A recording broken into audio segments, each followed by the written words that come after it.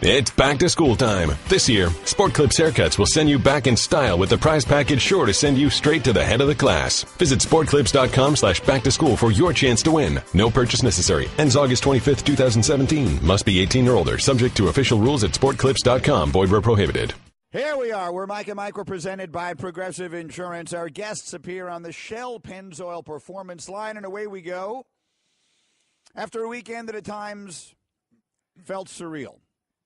You know, we live our professional lives here in the protective cocoon of fun and games, and I've always invited you to share that with us. And we will certainly get to all of that this morning. But there are some days when it just doesn't seem possible to dive right into Zeke Elliott's suspension and Bryce Harper's injury and the PGA without first mentioning the events in Charlottesville over the weekend, Mike, which I know we all sat and watched on television, whatever other ways people consume these portions of information in this day and age, and found them heartbreaking and shocking and at times very difficult to process. Oh, yeah, very difficult to watch and hear what was going on. You could see the highlights and of that. Highlights. You see the video of it, I should say, and then, you know, to hear the incredibly horrific story of the man that took his car and plowed it into a crowd. I mean, it's just devastating.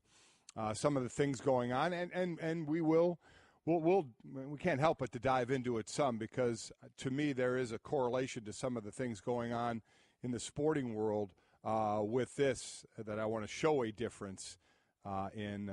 So I definitely do have, as many do, as you'll hear from a Chris and Kyle Long, you know, the Long family from Charlottesville.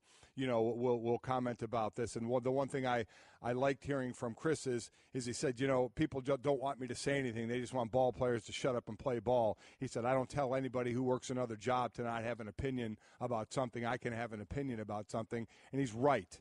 He is right about that. There is nothing wrong with having an opinion about things. And I think we'll all have an opinion about this, and it was hard to watch and tough to watch, and this is what's going on. Some of the things in our country as far as things going on in the world, it's there, it's real, it's tough to talk about, but we also don't want to lose sight of the fact that you all tune into this show to talk about sports, to get away from some of that, but sometimes it just bleeds in too much that we're going to discuss it and have to discuss it. But there were sporting events that went on, some good, some bad, some injuries that we see again that we certainly want to talk about with all of you as well. Correct. That's the line we're going to walk today. So we're going to start you with Off the Top, which will give you a sense of the sports headlines of the day.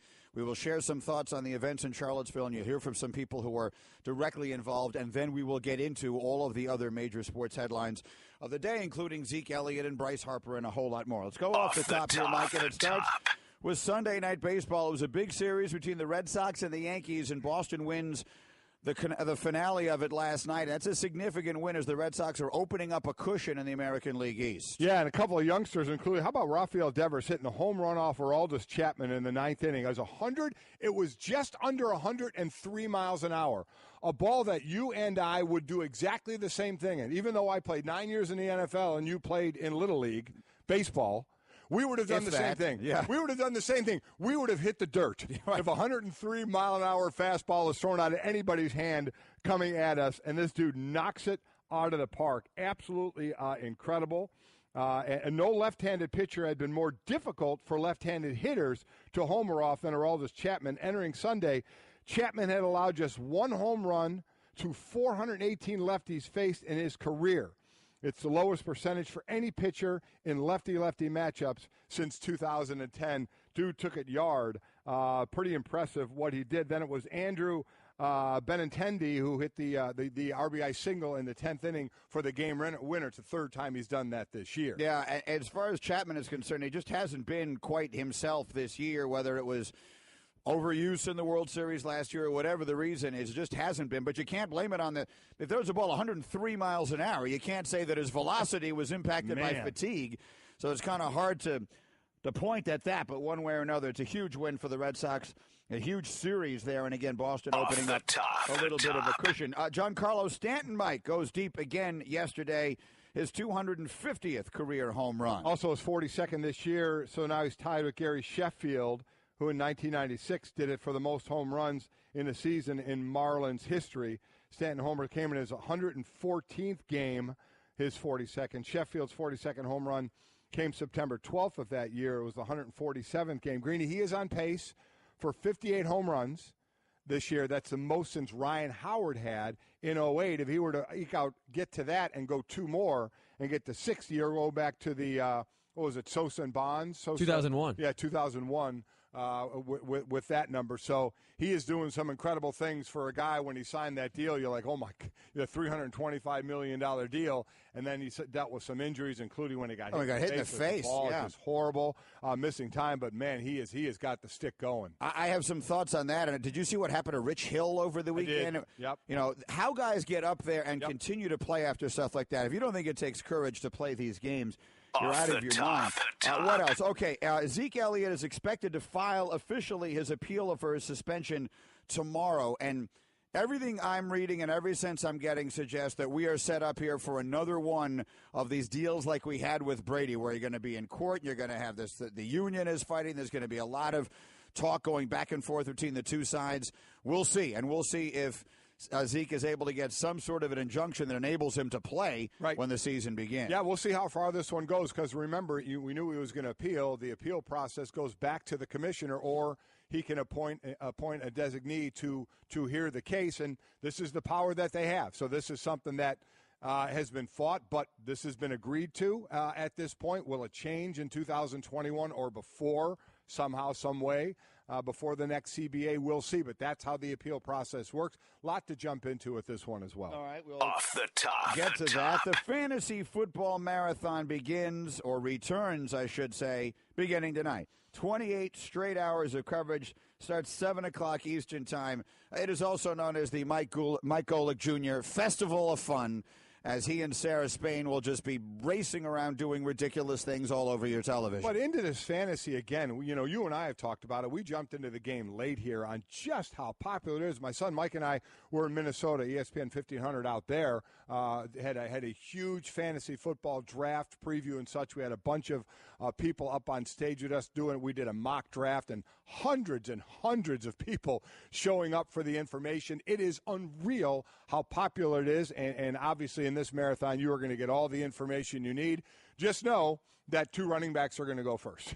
Le'Veon Bell, David Johnson. Last year in the mock draft we had during it, Bobby Flay was a celebrity picker involved in the show, and he took David Johnson. We laughed at him, and David Johnson was an absolute star. So it's running backs, it's wide receivers, it's maybe the deepest quarterback fantasy draft that we'll have in a while as far as quarterbacks you can take and how deep that is. So we'll have a ton of talk of that, obviously, today and really tomorrow on that. And Zeke Elliott is a guy who would have been a high pick and now clearly falling down those boards as he'll miss the first 6 games. And congratulations to Justin Thomas. This was a very popular win among the young players on the PGA Tour. He is one of the young stars. He's very close to guys like particularly Jordan Spieth, but also Ricky Fowler and a lot of the other young American players. They were delighted to see their friend win his first major championship yesterday. Youngest to win the PGA Championship in the stroke play era since 1958. He's 4th.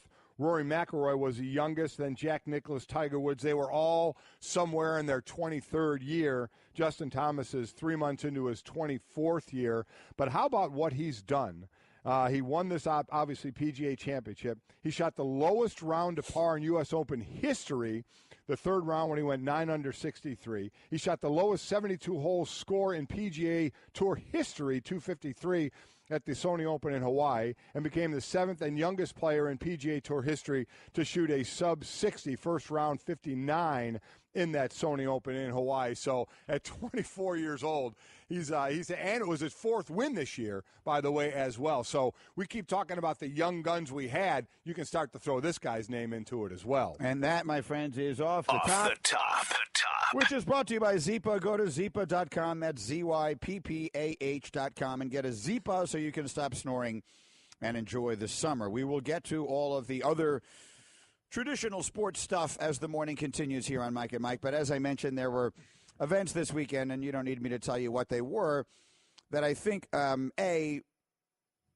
sort of demand at least some conversation on a program like this where we have been here as long as we have and people have spent as much time with us as they have, and B, also because they do connect in some ways direct and even or more to the point indirectly into events in the sports world, as you saw two more very high-profile football stars fail to stand for the national anthem over the weekend. On Saturday, it was Marshawn Lynch, who is one of the best-known players in the National Football League, one of its biggest stars, one of its most beloved figures and characters.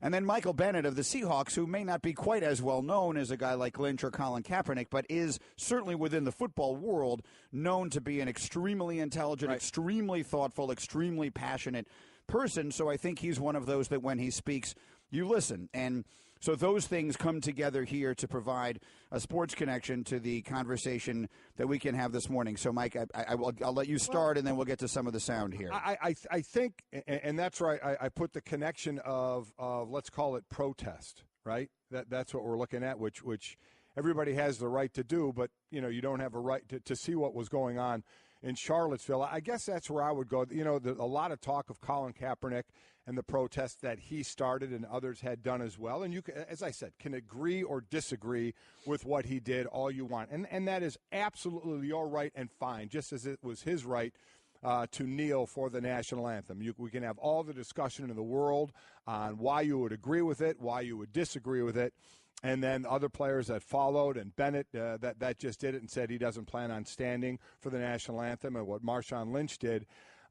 All I would say is, and there'll be discussion, and there'll be people that will back them, and there'll be people that will say, I'm not watching the NFL again, right, because of that, like they did with Colin Kaepernick. I guess the one thing I would say is, whether you agree with it or disagree with it, which, again, is your right to do, it was done in a way of a peaceful protest. All I would say is look at what they did and what they're saying, and you could, as I said, agree with what they're saying or not, and then look at what the hell went on in Charlottesville. Just look what went on. I mean, they talk about removing a statue of Robert E. Lee, and all of a sudden the white supremacists and neo-Nazis want to hold a rally, which, again, is their right to do, but you started off on Friday and start chanting racist things and anti-Semitic slogans. Is that the way? Is that what we do? To leading into some moron 20-year-old kid driving his car into a group of people and killing a young lady and injuring 19 others. I mean, and all the violence that went on in this protest. So I guess that's as we lose our minds that these guys knelt for the national anthem. And I get why you want to be mad about it. But what I would say is, and they're not mutually exclusive. You can dislike them both. You can. I would imagine there's a lot of people that are just absolutely saddened and disgusted at what went on in Charlottesville, and a lot of people that are disgusted with guys that protest the national anthem in the NFL.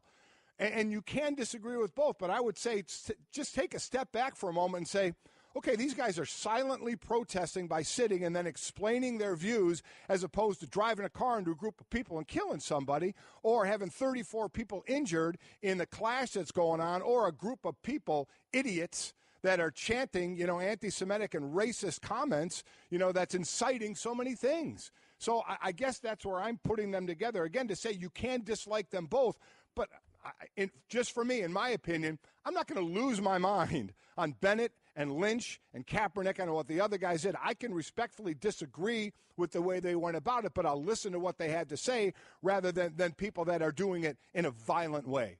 I guess that would be my point of comparison with these. Yeah, there's a degree of proportionality that obviously one is reasonable even if you disagree with it, and the other I would think that any normal person would find unreasonable. Look, these are things that are going on that are at times impossible to fathom.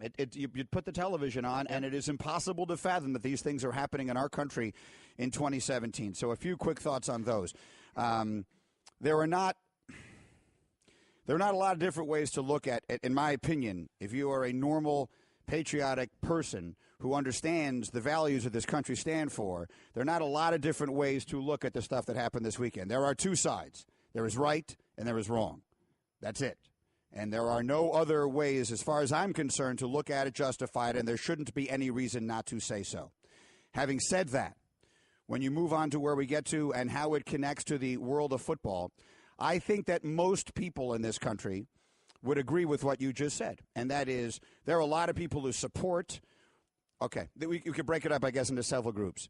There are many people who support what Colin Kaepernick and Marshawn Lynch and Michael Bennett are doing. With those people, there is no issue here.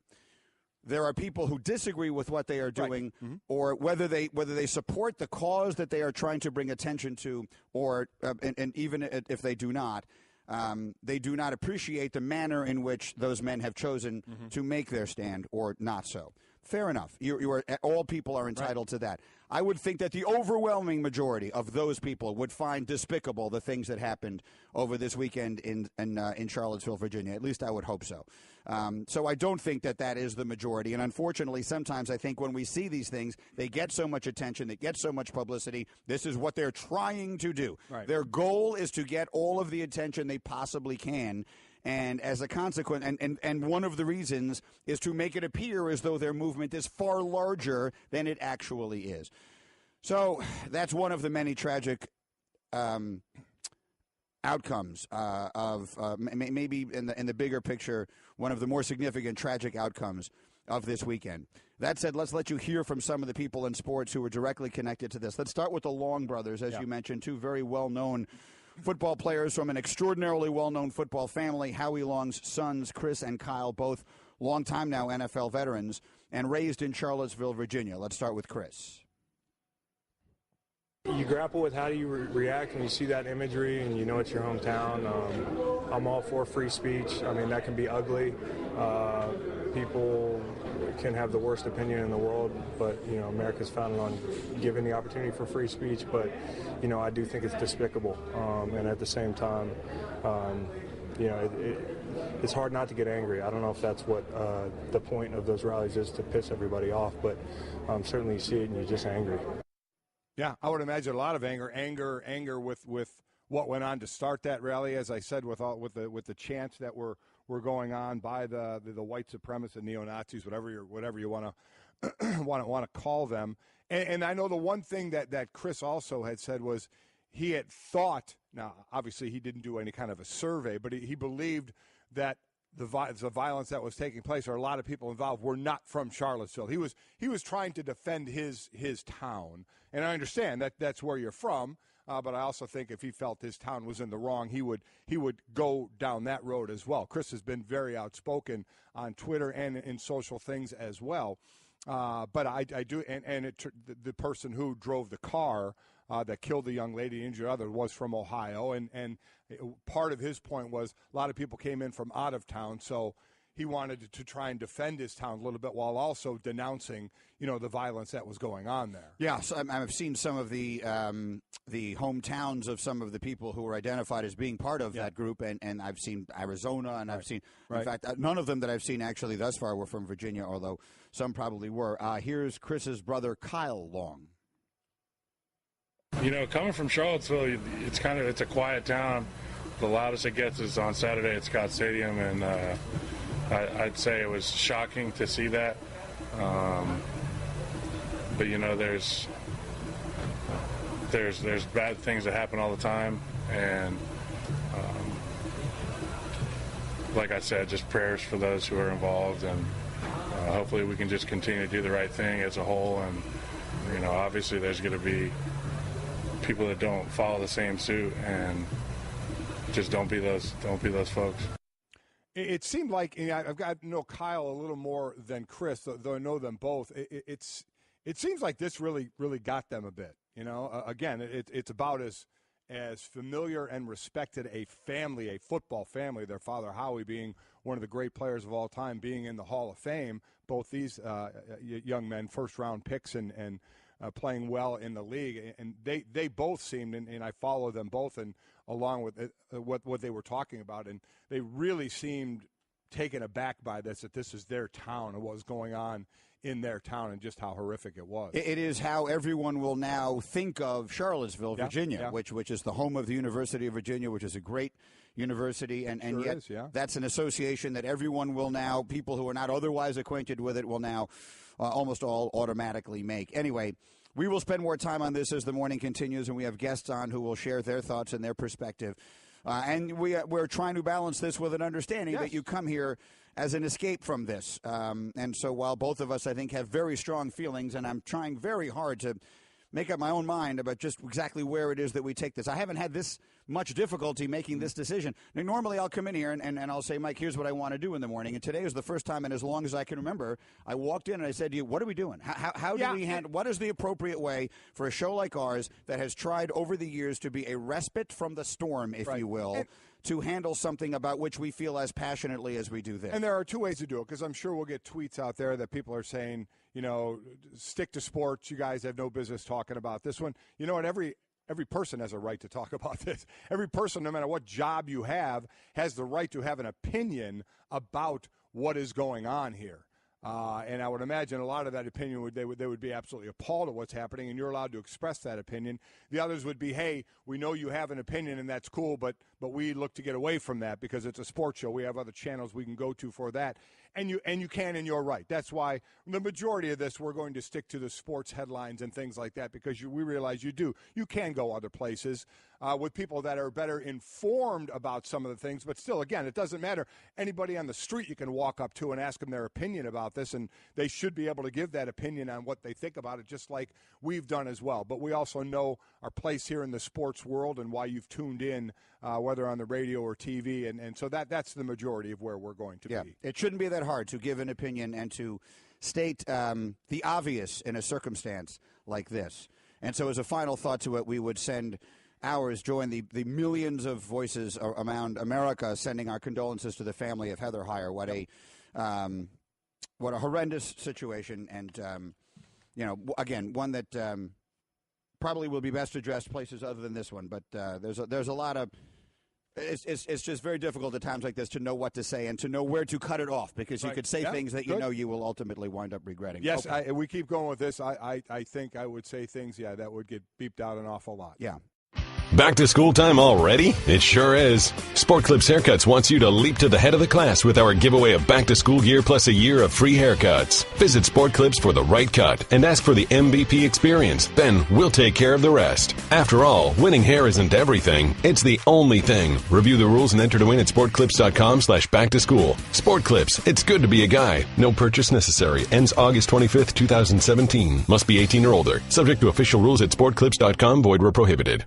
Well, Greeny, we're halfway through another baseball season, and we're really seeing some players who stand out as winners. Kind of like business travelers who win at business by staying at La Quinta Inns and Suites. That's because you can put your La Quinta Returns loyalty points to work on the spot with instant free nights. Just drive up with no reservation and instantly redeem points for a free night that same night simply by using the La Quinta app. It's like hitting a grand slam. With an app instead of a bat. Well played. Prepare to win at business by learning more about instant free nights and check out the summer rates at lq.com.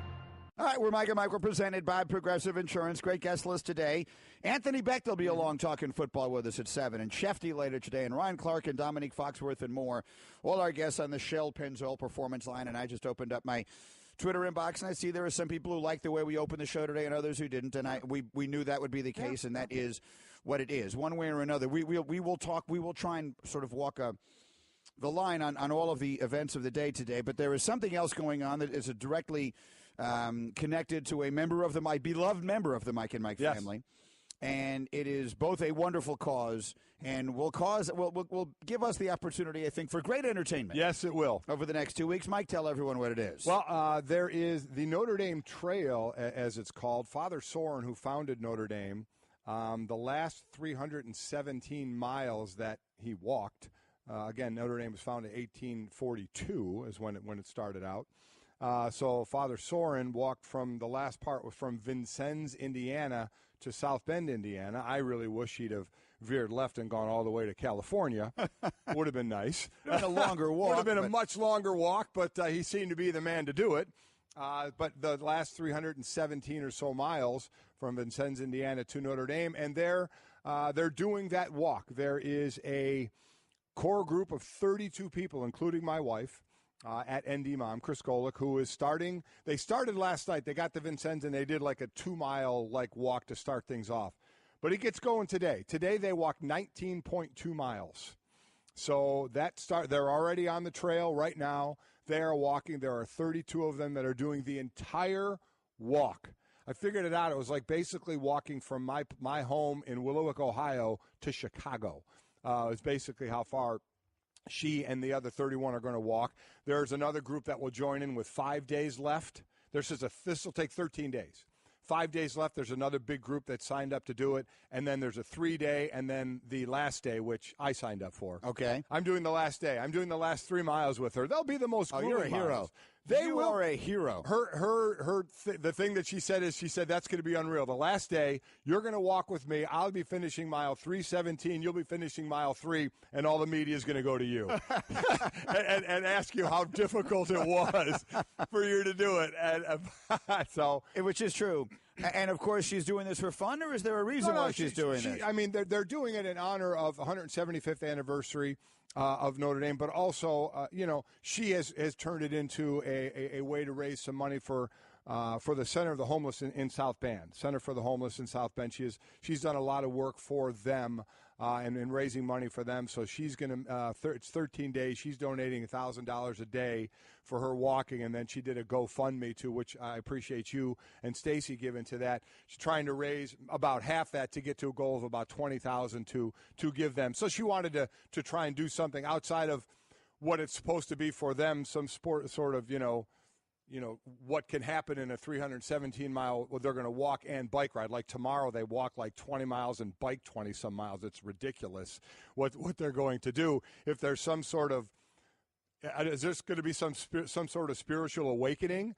I don't know. All I know is I couldn't do it. She's probably the only one in the family that could do this thing, but she wanted to make try and raise money for a worthy cause while doing, which I'm sure many others in that group are. So 32 of them are going to walk 317 miles. It will be every day for the next 13 days. So we'll have some fun with it. She'll do some videos and post some things, and we'll get her on occasionally. But there is no chance on God's green earth I could do this. Again, just to give this some perspective, Boston to Philadelphia is 301 miles. So she's walking further than that. Yeah. She's walking further than it would be to walk from Boston to Philadelphia. Just to put it something geographically into perspective, and I was obviously aware that she's doing this for the money, which is why I was trying to make sure that you mentioned that part of it. Yeah. That everyone should go. If you go to @NDMom, you'll find the link, and you can then donate to her GoFundMe page. And I saw tons of them on there for $25 at a time. It makes a huge difference. Absolutely great. It's for a homeless shelter in South Bend, Indiana. Summertime, hopefully they're going to have good weather out there. Oh, yeah. And so to me, that feels like the right vibe for what she's doing. It feels like the right vibe for me, too. We will certainly take more out there for you. We have more than a few days, but we just want to give a song, too, when we do an update on this.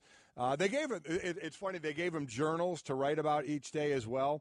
She said the only thing missing from the journal, the way this is going to go, I'll give you some of what they're walking and biking. It's ridiculous what they're doing each day. She said, I needed a black crayon with the journal just to make a black page, because that's going to be my mood. There'll be no words, just a black page. All right, but I would like to get some more current songs up there. So if you have an idea, tweet at us @Mike and Mike with some songs about walking, or I guess even just some sort of great endeavor. We weren't even close to this No. decade. I mean, the most recent song in that group is the Bengals Walk Like an Egyptian, which I think is like 88 or something like that. So we need something from this millennium. Guys don't really talk about antiperspirant. Despite that, 91% of Dove Men Plus Care users recommend it. Here's what they said. It blocks the, perspiration, I think is the fancy word. It's comfortable. It smells nice. My girl likes the smell. Well, I don't know. It's hard. I think it's quite masculine. My underarms aren't the worst thing at the gym. It's kind of like the Hoover Dam from my armpits, I guess. Dove Men Plus Care Antiperspirant. Tough on sweat, not on skin. All right, a lot of reaction coming in on the Chris Golic walk. Again, 1-800-Flowers.com Twitter feed. People suggesting us different songs that we could use as the musical accompaniment. On a day that we really needed a smile on our face, you have provided us one, and so we thank you. And again, we all commend Chris. She's walking 317 miles to raise money for a homeless charity in Notre Dame and South Bend, Indiana. And we have a couple of different options for what would be an appropriate walking song for her. And again, we're looking for something a little more current. So we'll keep taking those suggestions on. By the end of the day today, we'll pick the song. I would imagine we'll have one song. Maybe we can rotate a little bit. Well, we would like to get into this decade a bit, if possible. Ideally, something that was current, like really current. Yeah. Like you and I think of songs from 2002 as current. Right. My kids will say, but I say, that's a good song. And Stevie will say, Dad, that's like 3 years old. Yeah. So, I mean, proportionally speaking, that's 25% of his life. Mike and Mike, it's time for Straight Talk, brought to you by Straight Talk Wireless. Best phones, best networks, no contracts.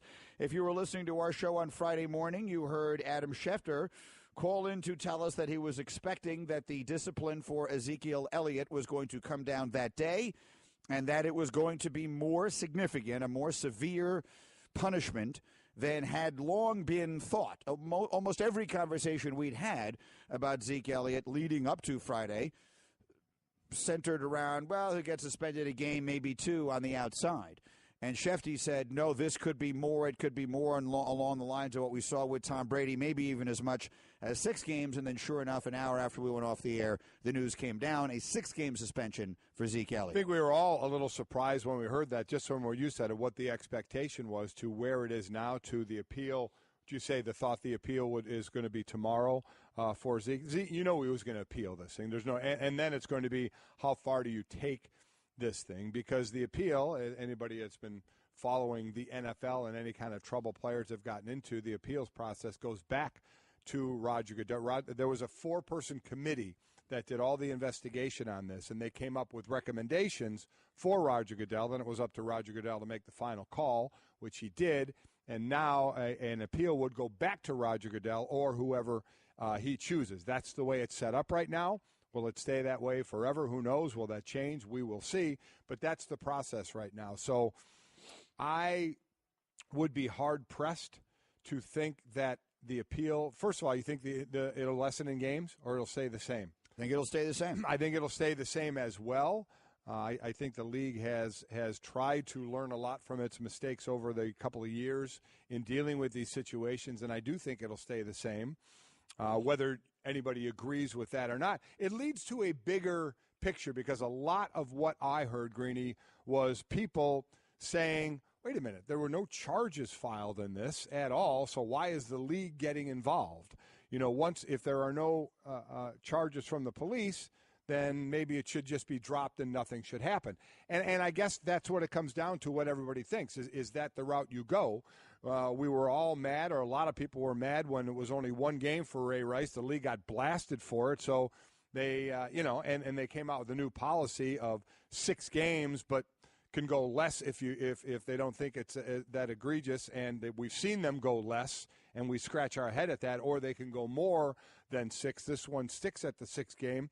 So I think that's where a lot of people are right now, of saying, hey, if the police aren't going to follow up on this and file charges, why should the league get involved? If the police say no charges, then nothing should happen to the player. And the league is saying, hey, it doesn't matter what the police find. We can do our own investigation, and if we find something inappropriate, then we can discipline. So for a lot of people, it starts there. As should the league even be involved in this if it's not even if it's out of the law's hands out? They basically said, you know what, we don't have enough evidence, or we're not getting enough people that want to talk about it, so there's no charges here. So should the NFL just let it go? That's a really complicated question. Yeah, it is. Absolutely it is. For purposes of comparison, Ray Rice, in the initial fallout from the incident that he involving him and his now wife in February of 2014, which, by the way, his attorney at the time described as, quote, little more than a misunderstanding. Ray Rice at the time was charged with 3rd-degree aggravated assault. Those charges were ultimately, let me read this to you here, those charges were ultimately dismissed after Rice completed the terms of a pretrial intervention. He wound up paying $125 in fines and entered and received anger management counseling. So the difference there is that there were charges filed. There were charges filed as opposed to in this particular case where there were not. This is one of these where it feels as though the NFL, which got that one so wrong, wanted to make sure that they don't do that again. And so would one argue potentially was willing to err on the side of going too far rather than not going far enough. Is that fair? I don't know. Is it the right thing to do? I don't know. You can't put the toothpaste back into the tube. Right. At the time the Ray Rice thing happened, so we're going back 3 years now, and this is not to make us sound like geniuses. It seemed like the obvious thing to do at the time. The way to establish a precedent on something like this was to say, I'm suspending him for the year. Right. Let the union fight me. Right. Let an independent person hear an appeal. not Goodell himself, not Harold Henderson, who might as well be Roger Goodell because he is appointed by Goodell, but an independent person listen to the appeal, decide what is an appropriate outcome for all of this, and then that sets the precedent.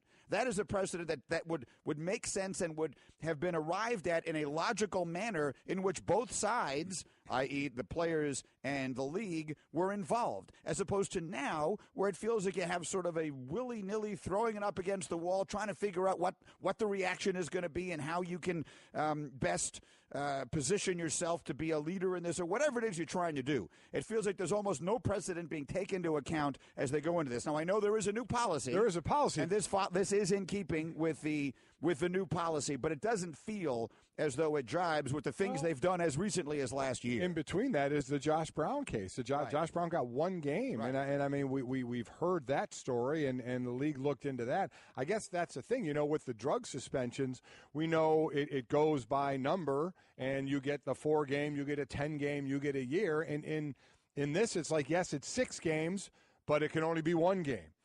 So yeah, I if you found something there, make it the 6. And let the appeal be heard, and then go with the appeal. As far as who hears the appeal, I get what you're saying. I understand what you're saying, but that's not where we are right now. Right. So we can only deal with where we are and who's going to hear the appeal and the fight that will ensue. Guys don't really talk about antiperspirant. Despite that, 91% of Dove Men Plus Care users recommend it. Here's what they said. It blocks the, perspiration, I think is the fancy word. It's comfortable. It smells nice. My girl likes the smell. Well, I don't know. It's hard. I think it's quite masculine. My underarms aren't the worst thing at the gym. It's kind of like the Hoover Dam from my armpits, I guess. Dove Men Plus Care antiperspirant. Tough on sweat, not on skin. You're listening to Love Advice with Leanne. Caller, you're on the air. Hi, Leanne. Longtime listener, first-time caller. Why, in your professional opinion, do you never take my calls off the air? Is this Carl? Yep, it's Carl.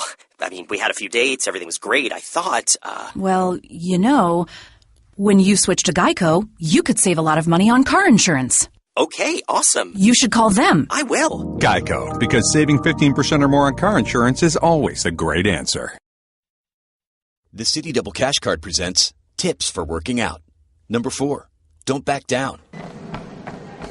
I'm going to increase my speed to see if you can keep up.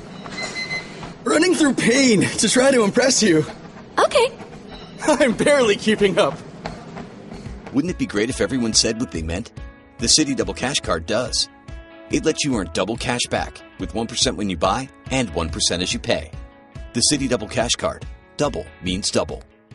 Here we are, Mike and Mike, presented by Progressive Insurance. Our guests on the Shell Pennzoil Performance Line. So many things that we are and have been discussing all morning long. Chris Golic is walking over 300 miles. We're going to keep you posted on that, and we continue to take your suggestions of what should be the official walking song for her. Meanwhile, it is our pleasure to welcome into our studio our new friend. It's a longtime NFL tight end, former New York Jet.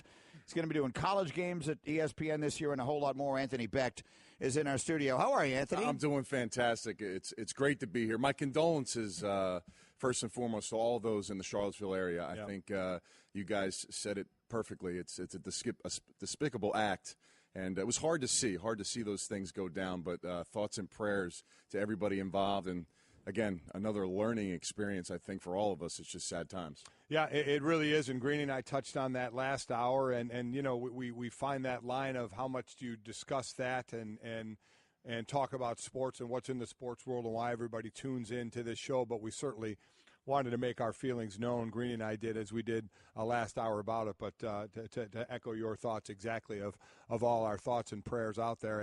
As we move forward, they move forward, and everyone will have an opinion about it. We felt like we needed to offer ours as well. Yeah. So if we'll touch on that again later. It's the kind of thing that felt as though it needed to be handled in one chunk, and we did, and we talked about it for about 20 minutes, and we'll move on here. Yeah, we'll move on. As we've been talking about, my wife is walking 317 miles. Have you ever walked further than 18 holes of golf? No, and I hate that. I get about 12 holes in. Actually, that turn at 9, get that hot dog. You walk? I'm good to go. No, I don't walk. Okay. I'm not on the same course as my friend Booger is in Tampa. I try to stay away from the private places. You went to Old Memorial with him before, have you? Many times. Not bad there. It's a good spot. Actually, I played Old Memorial once. It's the first time I ever walked, and I said, walking a golf course. I said this to Tiger Woods when he was on with us years ago. I said it's overrated. It's way overrated. Walking a golf course? If you don't have to carry your bag, that's always nice. I mean, you're not carrying it in the cart either, but it's kind of cool when you're walking around and someone tells you what to do. Now, I get a little nervous when the putt call is wrong or they don't give me the proper directions. I start like it means something. Like I need that anyway. I do enough walking in the woods to find my ball to worry about walking too much. All right, let's get that. Not that this high-level golf conversation isn't scintillating, but let's move back to where we were before, and that is the Zeke Elliott situation that we have here. And there's two different sides to it. There's how much does this impact the upcoming NFL season? Let's start with that, and then we'll work our way to the off-the-field ramifications and implications. But here you have a guy who I thought you could have made a compelling argument was the most valuable player in the league last year. Dak Prescott was sensational. He actually got Rookie of the Year, and God bless him. I guess as a quarterback, what he did was incredible. But to me, everything that team accomplished last year began with Zeke Elliott. So if they lose him for the full 6 games, just how much does that impact them in what figures to be a very, very competitive division? Gigantic, right? I mean, you're talking about an offense that's built on a two-man dynamic. The run game, the power run game, all those play-action passes that you got, Dak out of the pocket. It's hard to do those things when you don't have a running back in there that's proven that can come in and get you 4, 5, 6 yards a clip every time he touches the ball.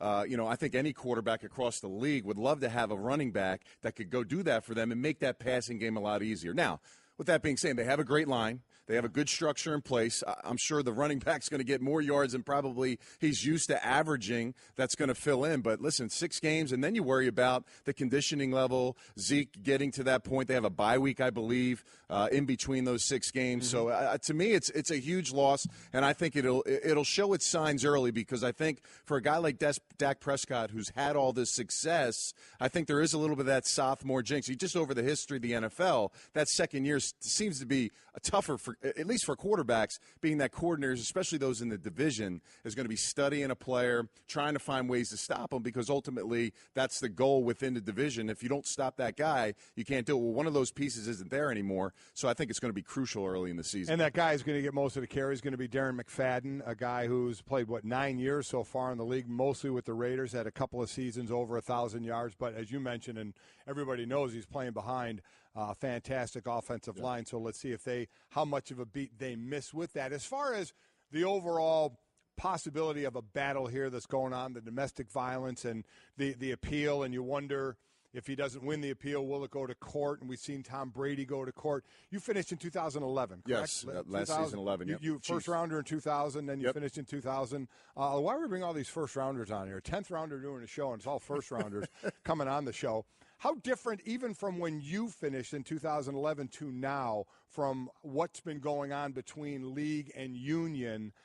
Is it a lot different even when you left the league, or were you seeing signs of this when you left not that long ago? I saw the turnover as I got into my last couple of years. Finishing up in Kansas City, it was a younger locker room. I think the players kind of got a lot of things handed their way. I think the structure was starting to change. When I walked into the Jets locker room first day, Vinny Testaverde, Wayne Corbett, Mo Lewis, Brian Cox, just guys that set the tone, and you understood and learned quickly how to become a pro.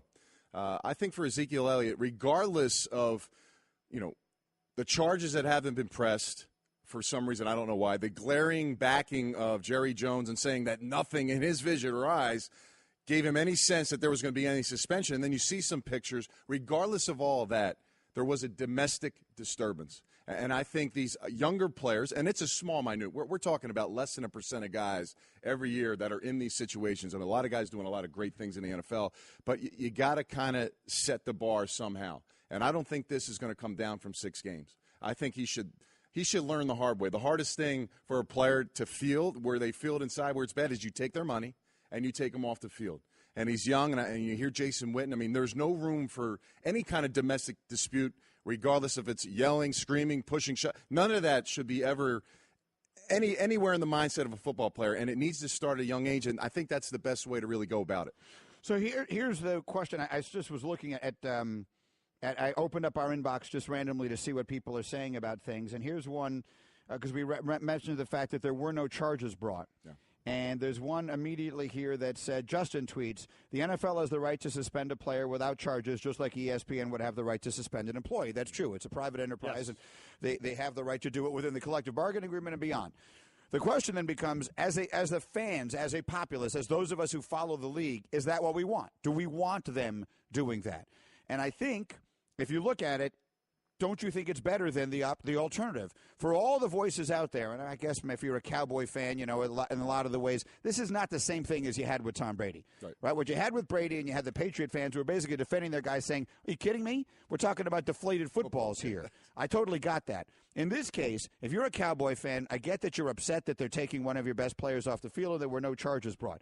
But wouldn't you rather the National Football League, with as visible as the issues of domestic violence have been within the sport, wouldn't you rather them take a leadership position, take err on the side of being strong on this issue rather than err in the other direction?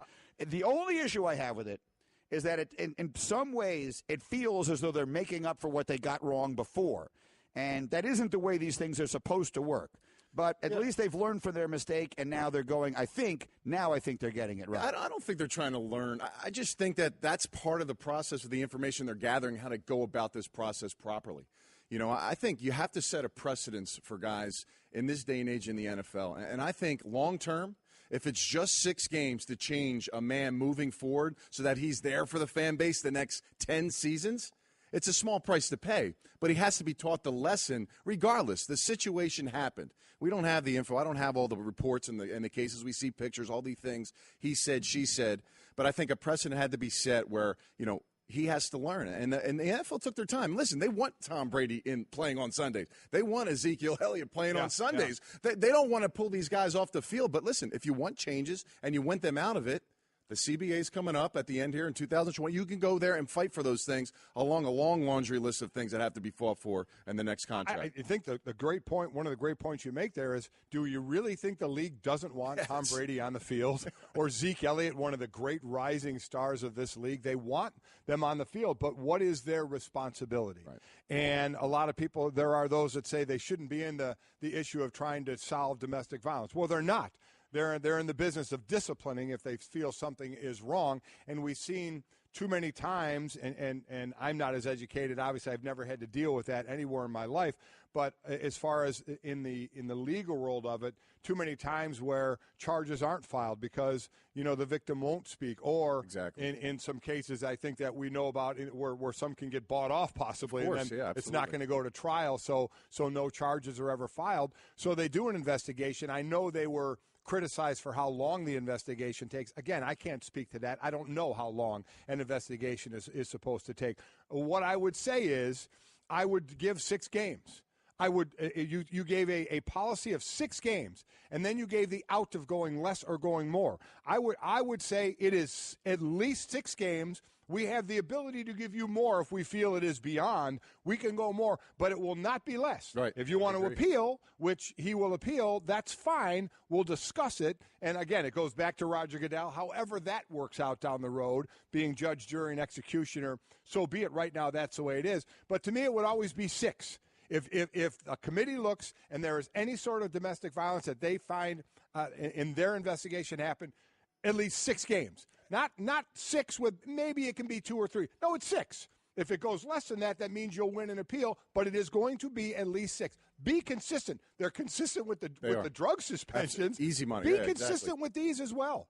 Even if there's no video or pictures, if there's a domestic disturbance, the player has an issue that needs to be addressed. And I think this is just the way to do it. I mean, you can be as broad or as large as any of this you want in the domestic category, but any kind of disturbance to me seems there's some kind of problem with the player that he needs help.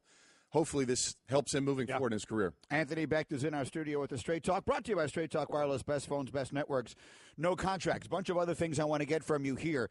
First off, let's send our best wishes to our mutual friend, Marty Lyons. Absolutely. Longtime great New York Jet defensive lineman who does the Jet games on the radio in New York, and he suffered a stroke recently, and we know that he's doing better, and he's going to come back. But in the interim, I know that you're filling in his stead, and you did the game on Saturday night. Yep, with Bob. So let's get a quick thought from you, if we can, because the subject of Christian Hackenberg has been one that I think all across the National Football League people have been talking about, in some cases joking about. Right. And the reality is, he played pretty well on Saturday. Now, did, a very low bar of expectation existed. I've been listening over the last couple of weeks. But all things considered, he looked like he actually knew what a football game looked like, and that was a step in the right direction. I'll say this, called a lot of Penn State games the last couple of years when Christian was there. Way different player than he was his first year when Bill O'Brien was a head coach. He went through a radical change. A lot of work needed to be put in place for him, especially after we saw a little bit of him in the preseason, what he did last year in training camp. Drastic difference, though, this year. I was as harsh as a critic of him coming out because I just didn't believe his skill set was too damaged. Jeremy Bates, the new quarterback coach, has done a fantastic job. John Morton also. Now, they kept it simple. Short, quick passing game, but he was decisive at the line of scrimmage. Absolutely. His accuracy was over 72% in the game. And I liked what he did. I mean, listen, if you take 5, 6, 7 yards a clip, that's not bad. It gets you close, and it puts him in a situation. Now, it's a tough ask. People talk about this all the time. Who do you start? It'd be unfair to me to start Christian Hackenberg right now. There's not enough pieces around him to just say Matt Forte and Bilal Powell be guys that will be able to carry the load and do all these things. You're talking about a Robbie Anderson who had a great preseason game also with 3 catches, I think 70 yards and a touchdown. But you can't lean on first, second-year receivers to be in the right spots. When things shake up and things happen in a game, you want to make sure your quarterback's in place and has that leadership quality, and McCown has that. So McCown's an ultra Band-Aid right now, but you can't start Christian just because of the fact that he wouldn't be ready for that situation. But I think you get him as much time as possible, and maybe he gets some time moving into the season. Mike, the other thing that happened on Friday that we haven't had a chance to comment on a day of stunningly big news around the NFL, was the trade of Sammy Watkins from Buffalo, a guy they traded up to take in front of Odell Beckham Jr. a few years ago, and now he gets a fresh start and a new chance with the Rams. We didn't get a reaction from you on several big deals that took place. Well, you look at what the Bills are doing. The Bills are stockpiling. It's almost like the NBA. You're stockpiling. They're like the Boston Celtics. Yeah, the next few years, the picks that they have to work with, and those are assets to have. To be clear, next year they have 2 1s, 2 2s, 2 3s. Those are, just like Danny Ainge says, those are assets, man. You use those, and that's exactly the position the Bills are in right now. As far as Sammy, listen, we know Sammy can be an explosive wide receiver. You hold your breath on injuries. Right. He's been nicked Which up. is big, I think. I think that is absolutely big. But, in trying to build that team out in L.A., they really haven't had a big hitter out there right now with the Rams. They gave the money to Tavon Austin, but he has not been that receiver I think they expected to happen out there. But I just – I like what he can do, but I'm hesitant with the injury factor. I think there's a downward trend for him in his career. Now, it's only going into his 4th season, but, the injuries, not being healthy, being on the field, being ready to go, things that have happened, getting nicked up. You want to have that explosive player on day one. You're not getting that. So it's kind of like, do you keep waiting, or you get some value for him?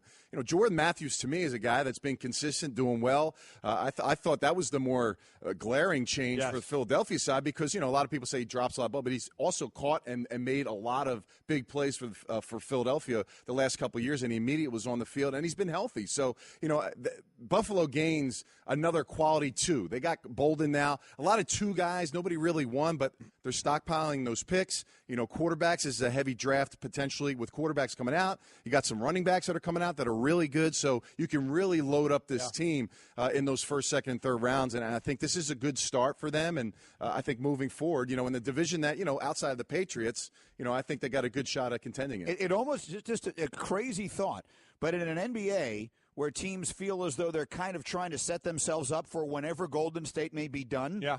Buffalo with a new group Yeah. in place, right? A new GM, a new coach. So just trying to set yourself up to be the team when Tom Brady is finally done. It actually, in some way, you don't do that in the NFL, but it almost makes sense. It seems like that's a direction they're going. So there's a team that could be building. The Rams are still on the come. The Jets, Well, they're stockpiling money, not picks, right. but they have a lot of cash. Right. I mean, who are those players going to be down the road? We don't know. So let's go when you call the game on Saturday. The other team that was there, the Titans. There's a lot of upside.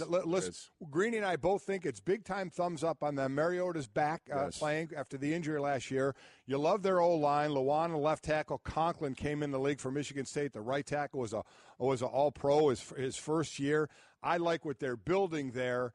And I know everybody talks about Houston because of the defense, not sure, and the weapons on offense, that it isn't Tennessee that may be crowned in that division. I think so. Andrew Luck with the Colts, he's not on the field. Right. The offense, a quarterback situation, potentially a rookie in Houston. Marcus Mariota looks like he's 100% healthy. I was talking to some of their coaches, and they probably got the best tandem in the backfield. DeMarco Murray led the AFC in rushing. You look at some of the receivers they added. I mean, they do have weapons, and their defense is really strong. Casey, and you got Arakpo and Derek Morgan on the outside. That's about 25 sacks coming back this season, and they brought in Logan Ryan from the Patriots, who has been one of the top interception corners since, I think, 2013. So I'm reeling off all these stats for the prep I did for the game, but it's true. They're going to be a good game. I mean, that's what we do, and as I'm watching, like, wow, this, and we're always going to watch. I always cover the Buccaneers in Tampa. Those two quarterbacks, James and Mariota, and those two teams getting that kind of buzz right now for this season, and they're going to be entrenched over their careers here to see where they go. And Mariota's not asked to pass this team's way into the playoffs. As I mentioned, that line you mentioned, Murray teamed up with Derrick Henry, the monster from Alabama. So they are set really well running the ball as well as throwing. Mike and Mike brought to you by Upside. Now save big on travel. Get a big gift card with every trip you buy. You will love Upside.com. That's Upside.com. One quick college football story, because, again, Anthony, you see him all over ESPN with a full slate of college games this fall. One of the biggest games of the opening weekend of the college season took an interesting turn over the weekend, and that is that Florida has suspended 7 players, including their top playmaker, wide receiver Antonio Callaway, for their season opener against Michigan, which is September 2nd.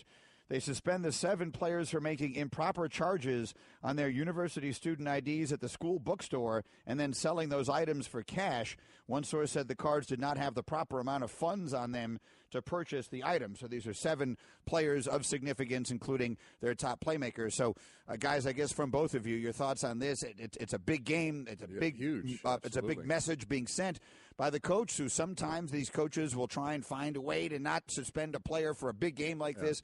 And here, in this case, they go right at it. I applaud Coach McElwain for making those moves now.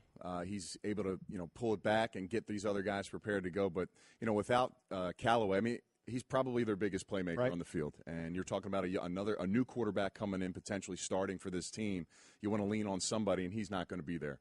I'd say the advantage was Michigan, in my opinion, and you got a whole defense that's brand new. Now, they got great recruits, they got great players, but we just don't know yet on how good Question mark. Yeah, so, I mean, that's out there. And we know what we're getting with Michigan. They got some pieces coming back. Quarterback, obviously, it will be figured out. It could be returning with Spate, but, Harbaugh will have these guys ready to go. And, I think for me, you got to set the bar. And it's usually guys that we don't know. And when it attracts a big-time player, you've seen some things happen to guys. Teams extended. Coaches don't want to really make. They want to wait.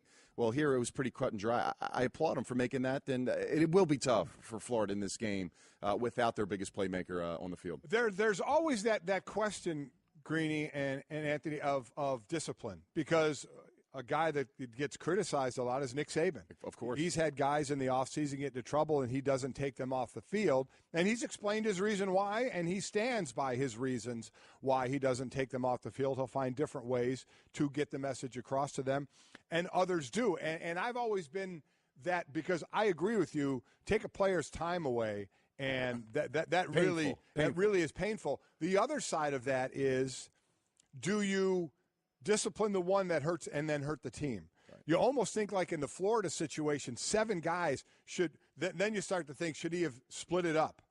Some of you missed the first game, some of you missed the next game. 7 guys missing a monster game, because I get it, and that's the message. And I think overall, most people will generally agree, listen, you do something wrong, you got to be punished for it. And it's a punishment. They're not playing a directional school in the opening game. Right. This is a big game. We see a decent amount of big games in college football right now. But I'm sure there are those that say, man, couldn't he suspend 3 and then maybe 4 the next game, or find another way, because now you're hurting the team. But, you have to get a message across to players when they're doing something wrong that has to be felt. And it's like the old adage, when you do something wrong in practice, the team pays for it. Absolutely. You know, how many times have you seen a player does something wrong, and then the player will stand right next to the coach as the other players are all running and saying, you did this, they're paying. And that's what those players are going to have to deal with as they go in the locker room and don't put their uniforms on to play against Michigan, is what they could have cost their team. You know, he's fairly new at Florida, and I think you do have to set that precedence. You know, it's not just what you look at it on the flip side. It's not just one guy. Right. It's the one guy that you can send a message to that means the most of the team, that hopefully reflects to the other players, especially the fact they have so many new starters. A lot of younger players are going to be playing. So I think he made the right move. And listen, you know, you're right. It's sad that the message across college football is spread it out, you know, or let's push it to the end here and see what we can happen, see what happens. You said it now, you move on, and then the players that are on the field have to deal with it. And they miss out on playing on one of these big neutral site games, games at Jerry World, one of these big deals. Mm-hmm. The line had been Michigan -2.5. After the suspensions, it moved to Michigan -4. Anthony Becht, what a delight to have you here. Thanks, pleasure. Yeah, it was a great time. Thank for you. sure, Next as the season gets going. T-shirt and jeans. Yeah, I didn't get the memo on the color combination, but I figured I'd brighten it up. We'd like you to be more comfortably dressed. Guys don't really talk about antiperspirant. Despite that, 91% of Dove Men Plus Care users recommend it. Here's what they said. It blocks the, perspiration, I think is the fancy word. It's comfortable. It smells nice. My girl likes the smell. Well, it's hard. I think it's quite masculine. My underarms aren't the worst thing at the gym. It's kind of like the Hoover Dam from my armpits, I guess. Dove Men Plus Care Antiperspirant. Tough on sweat, not on skin. Well, Greeny, we're halfway through another baseball season, and we're really seeing some players who stand out as winners. Kind of like business travelers who win at business by staying at La Quinta Inns and Suites. That's because you can put your La Quinta Returns loyalty points to work on the spot with instant free nights. Just drive up with no reservation and instantly redeem points for a free night that same night simply by using the La Quinta app. It's like hitting a grand slam. With an app instead of a bat. Well played. Prepare to win at business by learning more about instant free nights and check out the summer rates at lq.com. All right, we are Mike and Mike, and it is a very busy day in the world of football. Our buddy Adam Schefter, our NFL insider, who is always the busiest man in the building, will be appearing on all 28 hours of the marathon as well as he did a year ago. So, Schefter, I have no idea why you're awake now. You should be sleeping your way into this day. But that's because some football news may break, and you'll need to be ready for that. You were the one who came in here Friday morning and told us be ready for the Zeke thing and be ready for it to be more significant than expected. So after the announcement of the 6 games on Friday, what sorts of things were you hearing from people around the league? Obviously, it's a very significant decision, and I think that most owners are very happy. Most people and teams around the league think that this is what the league should have been doing. And it's interesting because I think publicly it took a while for everybody to come to that because Jerry Jones was adamant that there was no domestic violence involved, and he kept saying that Zeke was not going to be suspended. That's what we heard. And again, I had been hearing that it would be a short suspension, and all of a sudden it just became blatantly obvious Thursday, Friday, boy, domestic violence carries a 6-game suspension, and that's what they're looking at, and that's what they handed down. And that's why they put the rules in place. And I know the league won't admit it. I just think that the history of the league and its failures with the policies of domestic violence, they don't directly factor into the decision. The evidence in the case is why the league suspended them 6 games. But it's hard not to think subliminally that that didn't cross people's minds that they didn't get it right on Ray Rice and they didn't get it right on Josh Brown. And even if they didn't get it right on Zeke Elliott, everybody thinks they did get it right. So they must apply a stricter, firmer, stronger adherence to that policy, and that's what the league has done here. Now it'll be up to Ezekiel Elliott to go challenge that, and he will. He's expected to file that appeal on Tuesday, and we'll see what the appeals process has in store for him. Well, we know, again, it was a 4-person committee who did the investigation. They gave their thoughts to Roger Goodell, who came down with the discipline, and now the appeal, which we know is going to happen, will go back to Roger Goodell or a designee that he chooses. So in reading, and I know a lot of us have read all the evidence that the league had against Zeke and read it page after page after page of it, and now it goes back to, as I said, Roger or someone he appoints for the appeal. Anyway, in your mind, 6 games gets lessened at all? I don't think it will. What do you think? Listen, I would guess going in that I would just say that Zeke Elliott has a uphill battle here. I mean, it's possible that a game or two could be shaved off. We've seen it happen before.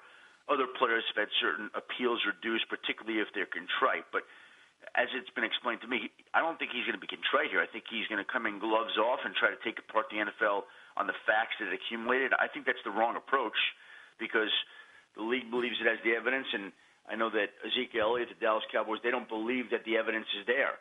But it doesn't matter because the league believes it's seen enough, and the league makes the ruling, and the league makes the ruling upon appeal. So you're asking him to be contrite about something that he doesn't believe happened. So it creates a difficult dynamic there that doesn't work in his favor. And, again, as it was explained, the gloves are going to come off during the appeal. We saw the NFL letter that went out to Ezekiel Elliott with all the evidence documented, and I think you're going to see Ezekiel Elliott here over the course of the days of the appeal, leading up to the appeal, begin to release all the evidence that takes apart the NFL's evidence, that questions the NFL evidence, and everybody will be left to decide what they believe is right and what they believe is wrong. Now, again, ultimately it doesn't matter. I don't care what Ezekiel Elliott has to take apart the NFL's evidence. Again, they make the ruling. They make the ruling on the appeal. And they've made the ruling once already. So no matter what you say to take apart their argument, I just don't see how that's going to prevail in the long run. We'll see. Adam Schefter with us on the Shell Pennzoil Performance Line, taking synthetic motor oil performance to a whole new level. Make the switch to Pennzoil Synthetics today. Jerry Jones, the owner of the Cowboys, who just went into the Hall of Fame last weekend, has long been a very vocal supporter of Commissioner Roger Goodell. Your Twitter feed, Schefter, was the first place that I read on Friday after the announcement of the suspension that Jones was furious. Can you expand on that a little bit? And what, if anything, the owner of the Cowboys can do with his anger? You know, that's a great question, Greeny. I don't know there is a lot that he can do. Look, you know, Jerry was very outspoken again that he read the report, didn't see that the league had any evidence on Ezekiel Elliott. The league obviously disagreed with that. He was, the exact word that I was told was very close to furious, but that was the toned-down, less profane version of the word that I was told. And I don't know that there's a lot that he can do anyway. You know, precedence has been established here. In the Brady case, it's reaffirmed Roger Goodell's powers. I guess they could always try legally to go that route, but, you know, Tom Brady didn't receive notice. That was the argument of why he went to court. They'd have to find a reason here to take this case to court if the appeal did not go their way. But I think first things first, everybody wants to see how the appeal goes, what the ruling is, before any steps then would be taken. And even if there were steps taken after that by Ezekiel Elliott, by Jerry Jones, I think that it's challenging to get something done. I think the overwhelming chances is that when the Cowboys play the New York Giants to open the season on September 10th, Ezekiel Elliott is going to be on the sideline. And I don't know if we brought this up on Friday, but I think, and I've said this before this weekend, it's a crossroads in young Ezekiel Elliott's career. Because, and I'm not just talking about this incident, this domestic violence incident. When you speak to enough people in and around that organization, they have expressed concern about the decisions that he's made from a lifestyle perspective, off the field, at night, all sorts of things like that. And if the suspension holds and he's away from the Cowboys complex, including the bye week, till October 23rd, which is what it would be right now, it's a lot of time to be left on your own. It's a lot of time to grow and get reflective and take stock of your life and realize everything that you could have if you do the right things. And it's also a time where you're away from that structured environment without a lot of discipline and can kind of do what you want, which is what concerns some people with the decisions that he's made in the past. And we saw Colin Kaepernick kneel for the national anthem and then sit, and others followed suit last year, and we see where Kaepernick is this year. We just saw this past weekend Michael Bennett from the Seahawks, Marshawn Lynch, his former teammate, now with the Raiders, both sat for the national anthem. What's been the reaction around the league really a year removed from when this started with Colin Kaepernick? Well, listen, listen, it looks like it's a storyline that's not going to go away anytime soon. I think on the one hand, you've got players supporting players. On the other hand, you've got an issue that I think alienates some people. If we're going to bring it back to Colin Kaepernick, Marshawn Lynch apparently has been sitting for the anthem for a while. It did not affect his employment status. Michael Bennett is a top-tier defensive lineman. Did not affect his employment status. And again, I bring it back to that. You factor in all the issues when you're deciding whether to sign a player. It's not just that. Now, again, if Colin Kaepernick had stood for the anthem, if he had not been the controversial figure that he was last year, would he be playing in Baltimore today? I think he would be. I do think he would be. But, again, I think that he would not have been on the street that long anyway if there had been nothing. Teams want players that they believe can help them win right now. And I think there are teams that there aren't enough of those teams. There were not enough of those teams this offseason to wind up finding work for Colin Kaepernick. And finally, Schefter, what can we all look forward to in 28 hours of the fantasy football marathon, watching you and everyone else getting started tonight, 7 Eastern on ESPN2? I made a major mistake last night. I got up about 2:30 in the morning, and I could not get back to sleep. And I'm thinking, this is the worst night in the world to get up early and not be able to sleep. So I couldn't sleep last night. I can't sleep tonight. And it'll be challenging. It'll be fun. It's last year we did it. I will say this, that Mike Golic Jr., Stu Gatz, all those guys, I had so much fun doing it last year for the 28 hours that we did it last year. And I would expect that we will have just as much fun this year while going over a whole bunch of fancy football stuff, which I love. And we'll do it while we don't get to sleep at all. So, it's a great combination of things. We're all looking forward to it. We'll see you in here when we're back tomorrow morning to be a part of it as well. Thank you, Schefter. Good luck. Thanks, guys. Hey, everyone, Mike Golic here. Support for the Mike and Mike podcast comes from our friends at Rocket Mortgage by Quicken Loans. Chances are you're confident when it comes to your work, your hobbies, your life. Rocket Mortgage gives you that same level of confidence when it comes to buying a home or refinancing your existing home loan. Rocket Mortgage is simple, allowing you to fully understand all the details and be confident you're getting the right mortgage for you. To get started, go to rocketmortgage.com/Mikes. Equal housing lender, licensed in all 50 states, NMLS, consumeraccess.org number 3030. Mike and Mike reminding you, if you want to get in touch with us, tweet us at Mike and Mike, as many of you are doing through the 1-800-Flowers.com Twitter feed. Nothing makes a summer birthday or anniversary more magical than 1-800-Flowers.com. And right now, when you order a dozen multicolored roses for just $29.99, you'll get another dozen absolutely free. Go to 1-800-Flowers.com/ESPN. Again, people are by the hundreds here tweeting us song suggestions for Chris Golic's walking songs. Here's Walking in Memphis, Johnny Cash, I Walk the Line, Kanye West, Jesus Walks, use Walk by Pantera, Walking on the Sun by Smash Mouth. So a lot of options. But right now, I think I'm kind of into this one. It's DJ Unk. I do like that. I feel like that would be good because, you could sort of have a little fun while you're walking. Move while she's walking to that. All right, so we're going to have to continue this all morning long, and we will ultimately come up with a walking song. I think Bryce Harper is fortunate that he's going to be walking and is walking and will be running again pretty soon. That's an example of one of those where there are some injuries that look so gruesome and then prove not to be nearly as bad as they would have looked. And then there are so many that don't look, that it's quite the opposite. They don't look like nothing, and it turns out to be serious. The fact that Bryce Harper's avoided any major ligament damage from that thing on Saturday night, I'm assuming everyone has seen it by now, is just unbelievable. I have seen football players walk off the field with a slight limp and have a torn ACL and be done for the year. And then you see these, like when I saw Kevin Durant's, I thought, oh, man, and they dodged a bullet with that one. I saw this one, and I thought, oh, the way when it slid off the bag and then his heel and the cleats, heel dug into the ground. You saw the hyperextension, so you know the bones are smacking together. And I thought, oh, no, he's going to have torn something in there, and he didn't. He has a bone bruise from, just imagine, the hyperextension and the bones slamming together. He's got the bone bruise, and I would say he'll be out probably about a month. That's just my thought on these injuries, and when you hear the diagnosis and know that there wasn't ligament or tendon damage in there, I think he'll be out about a month or so. But, man, watching him fly through the air and watch him hit the ground and watching that knee straighten out, I thought he was done. Here was Bryce Harper afterwards. I don't like wet bases. Definitely a bummer. You're hitting the bag and,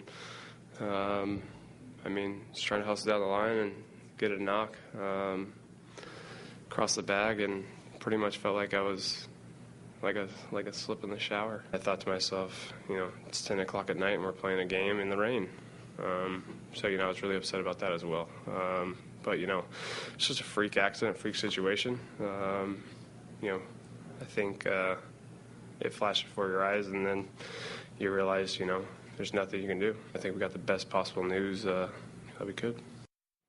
Without question. And when you saw him going off the field, putting no weight on it, you had to think, oh, my God, tell me what our expectations were. He was done. And we're losing this guy. I mean, they got the absolute best news they could get. But now it started this whole firestorm of what do we do? Change the bases. What do we do? Change everything around. And it happens when a star player gets hurt. We go back to Buster Posey in blocking the plate. And I know that our baseball people have said there had been talk about stopping the catcher from getting run over.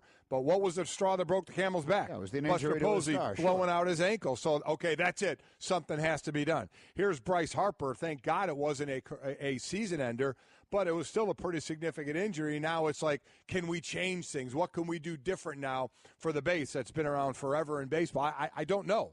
With every injury, especially to a star, do we think we should change something? Is it something that we can change that won't affect anything? That nothing would look different, but it would be different. I don't know, but that's usually it can be an outcry when a star gets hurt. You're going to play 162 games in that condensed a period of time. Some of them are going to take place in conditions that are a little bit wet. I don't know how you make the base drier than it was. It is just a terrible fluke circumstance. People get hurt in sports sometimes. You use the right term. This guy dodged a bullet. That looked 1,000 times worse than it wound up.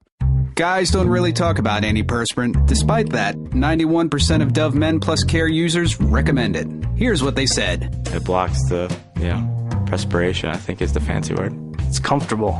It smells nice. My girl likes the smell. Well, it's hard. I think it's quite masculine. My underarms aren't the worst thing at the gym.